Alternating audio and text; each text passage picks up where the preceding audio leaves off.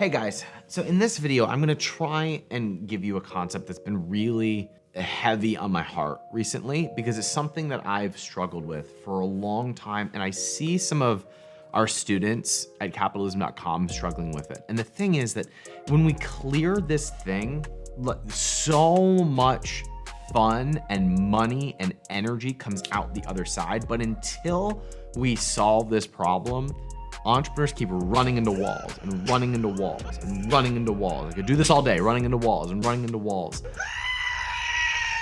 If you've been not getting the results that you want, not making the money that you want, I guarantee you that you're doing one of these. You're running into these. And unfortunately, this is one of those lessons that you might have to learn on your own, but I'm gonna try and give it to you because if you can grasp this, there is literally nothing that you can't do. There's no amount of money that you can't make. But people hold themselves back because what this is trying to fix things that aren't working. It's trying to solve problems.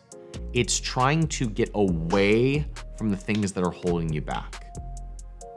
For example, I sometimes work with entrepreneurs who are frustrated because they've tried a bunch of different things that didn't work for them.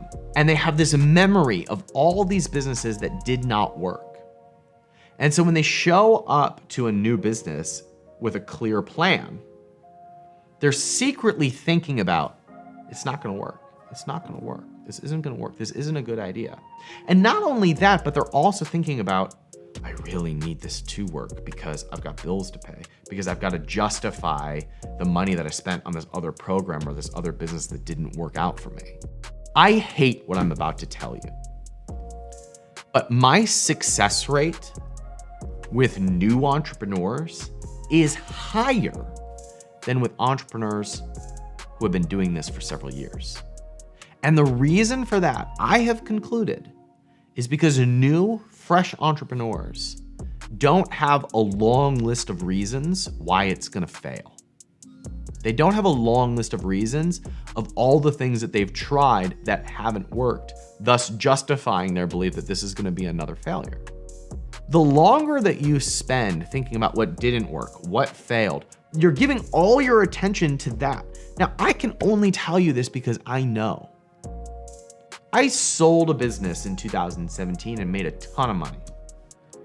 And then for the next 2 years, I made some investments that weren't very smart, started some new businesses that didn't go in the way that I wanted them to.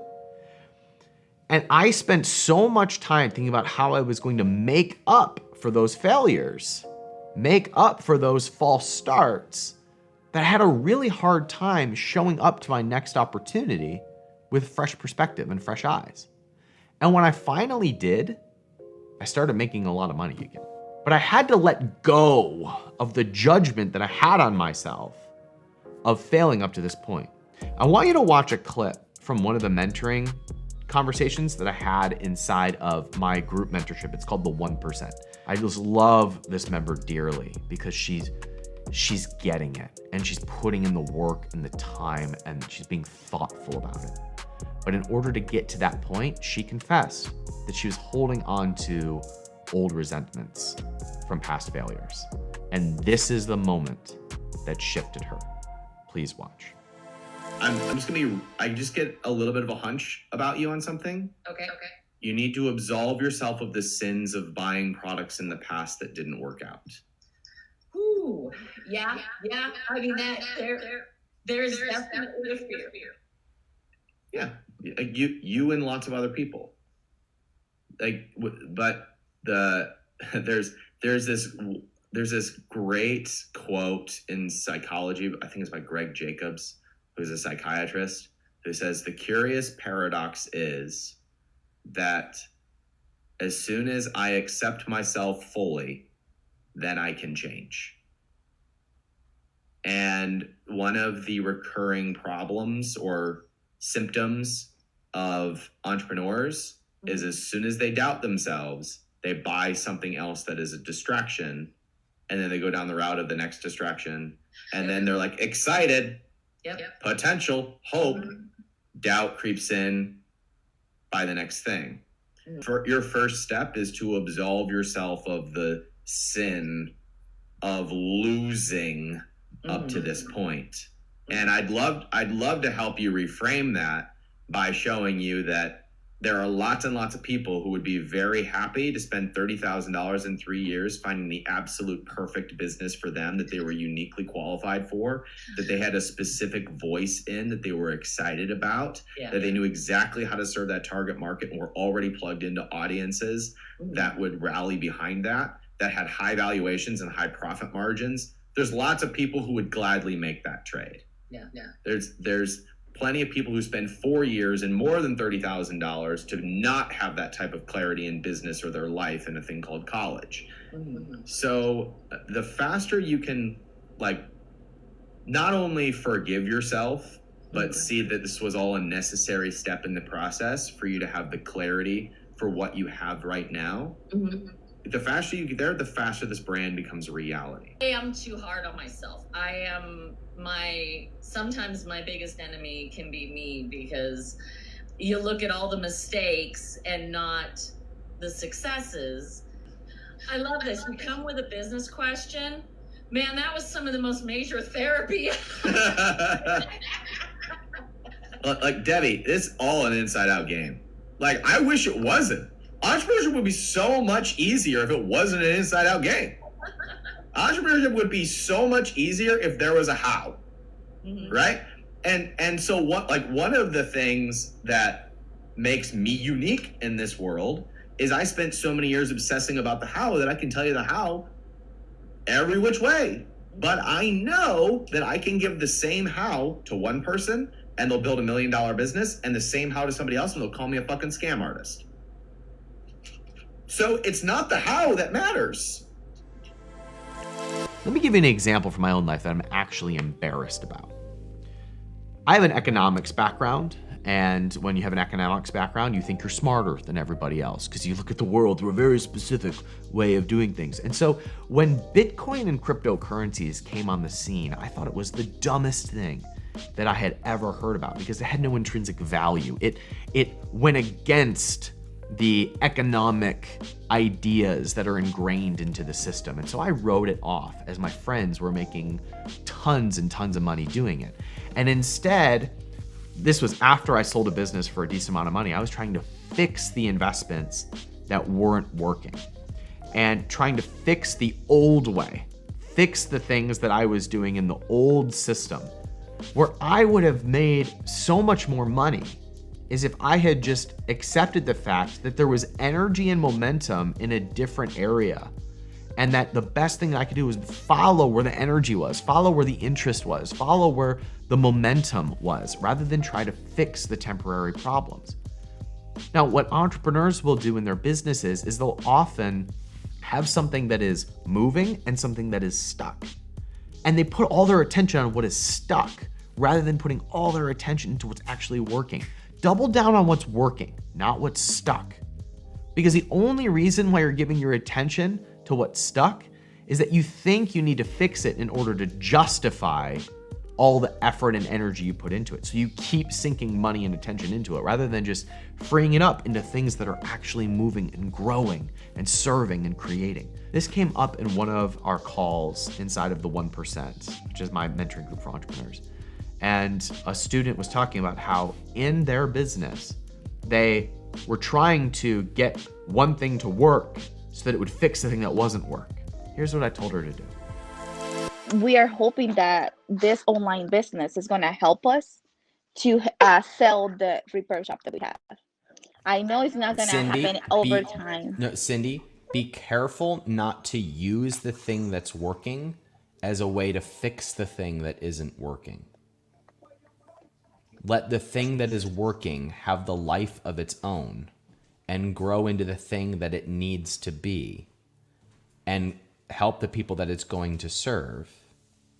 Because if you let it do that, then it runs the chance of way out earning the shop, going way bigger than this thing, and undoing all the financial struggles that may have kept you in a place where it was a struggle up to this point. You want me to tell you how to fix the business, how to use the thing that is giving you growth and energy to fix the thing that isn't. And the way that you fix it is by letting the thing that has energy to keep building energy. Many people run into the issue where something isn't working, and so all their energy goes into trying to fix the thing that isn't working. Ask me how I know. I mean, I've only made it enough times to be able to bring you this message. So you start trying to fix the thing that isn't working rather than focusing on the thing that is doing really, really well. But we often cut off the things that are doing well at their knees because we're trying to take away from that energy to fix the thing that ain't working. Don't make that mistake. Our job as entrepreneurs is to create a better future, not to fix the past. When something isn't working and you keep sucking money and energy into it, you start to believe that it's going to be a failure. And so you tend to run out of energy and it becomes just a downward spiral. But your job is to look at where there's momentum happening that's easy for you to get plugged into. And that looks a lot like being interested in what you're doing, actually liking the thing that you are doing, not just liking the results, but liking what you're doing on a day-to-day basis. I've gotten the opportunity to hang out with Gary Vaynerchuk, and what I can tell you about him is that he actually loves everything that he's doing. It's a game to him, a genuine game. He genuinely does not care about the results. Otherwise, he wouldn't be flipping stuff at garage sales. When you can create the business that you want to do regardless of the results, that's when you'll win. Debbie, who you met earlier, came back onto one of our follow-up training calls in which she was now looking at the business she wanted to start and create and looking at it from a lens of how can I build something that I genuinely like? And I warned her to stay in the mode of creating what you like, not doing it so that you can quit a job, but doing it so that it excites you. Here's what I told her. Do this thing right to where I'm not a slave to a boss. Then you're doing it for the wrong reasons. If you're going to build this business the way that you want to build this business, you can't be constantly thinking about how much your life and your business sucks right now. No, Because I'm thinking about listen, Debbie, listen. What? You are playing this tenseness right now between the job and the business that you want, which means that you're going to try and push the business to get you out of your job, which is going to make you do dumb things.